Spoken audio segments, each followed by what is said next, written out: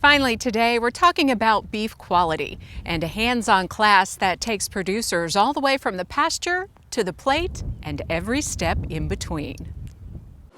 Richard Myers knows how to raise cattle. I'm a ranch manager. We have about 300 or 400 mama cows. Richard is taking a break from the ranch in Seminole County, Oklahoma, to learn how to turn a beef carcass into retail cuts. There's a lot more science to it than I had any idea, before today. There's definitely there's an art and a science to, not wasting the meat but getting all that you can. So. That science is the foundation of the Beef Quality Summit that takes place twice a year at the Robert M. Kerr Food and Agricultural Products Center on the Oklahoma State University campus. The intent is to condense the entire beef industry into about 2.5 days. And when I say the entire beef industry, that means understanding and discussing and talking about all sectors of the beef industry. Seed stock, cow-calf, all the way to the other end of the spectrum where we're looking at finished products. The goal?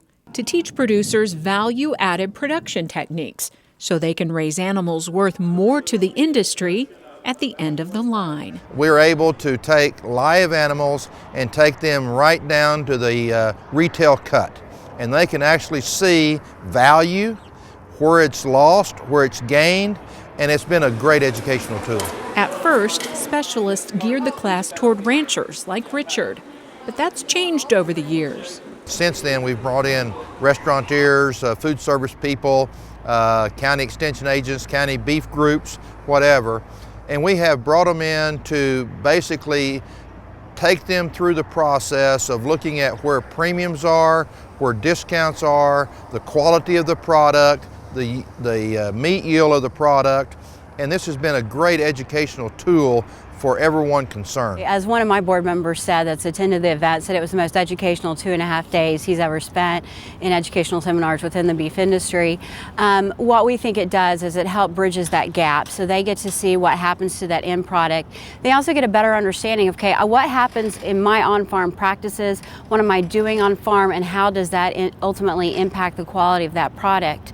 But at the same time, they get to meet with retailers and food service operators that also participate in the process so they can see how much what they do matters to that ultimate end user, the consumer. And ultimately, give everyone involved a better picture of the beef industry as a whole, especially at the end of this carcass class. And they come out of that 3-hour exercise where it's about 35 degrees and they're just worn out. And so they have an appreciation for the packing sector.